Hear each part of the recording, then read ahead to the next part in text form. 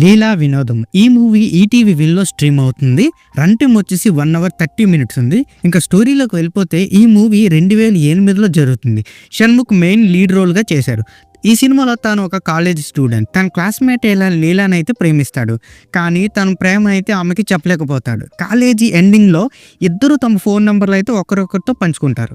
అక్కడి నుంచి సరదాగా చాటింగ్ చేసుకుంటారు. ఒకరోజు షణ్ముఖ్ తన ఫ్రెండ్ అయిన రాజేష్ హెల్ప్తో లీలాకు తన ప్రేమను అయితే చెప్పిస్తాడు. కానీ ఆ తర్వాత లీలా నుంచి ఎటువంటి రిప్లై లేదు. ఆమె ఎందుకు రెస్పాండ్ అవ్వలేదు, ఏమైందని మన షణ్ముఖ్ అయితే టెన్షన్ పడతాడు. లీలా ఎందుకు రిప్లై ఇవ్వలేదు, షణ్ముఖ్ ప్రేమ సక్సెస్ అయిందా లేదని తెలియాలంటే మీరు ఈ మూవీని ఒక్కసారైనా చూసేయాలి. ఇంకా నాకు ఎలాగ అనిపించిందంటే ఇది ఒక వన్ టైం వాచబుల్గా చెప్పొచ్చు అనమాట. సో హోల్ ప్యాకెట్ ఎంటర్టైన్మెంట్ అయితే కాదు. కాలేజీలో లవ్ చాటింగ్ ఇవి బాగుంటాయి. మరిన్ని మనం ప్లస్ అండ్ మైనస్లో చూసుకుందాం.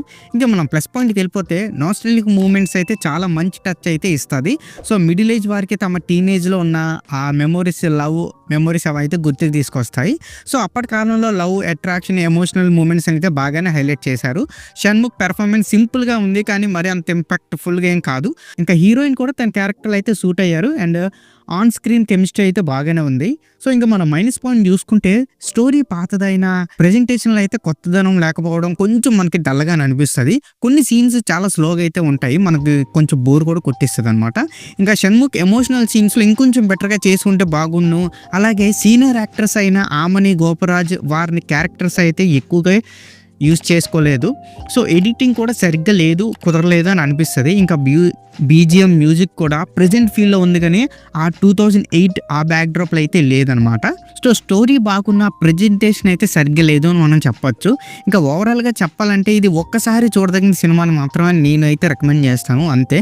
సో ఈ మూవీకి నా రేటింగ్ వచ్చేసి నేను 2.5 out of 5 అయితే ఇస్తాను. సో ఇక్కడతో ఈ వీడియో అంతే గైస్.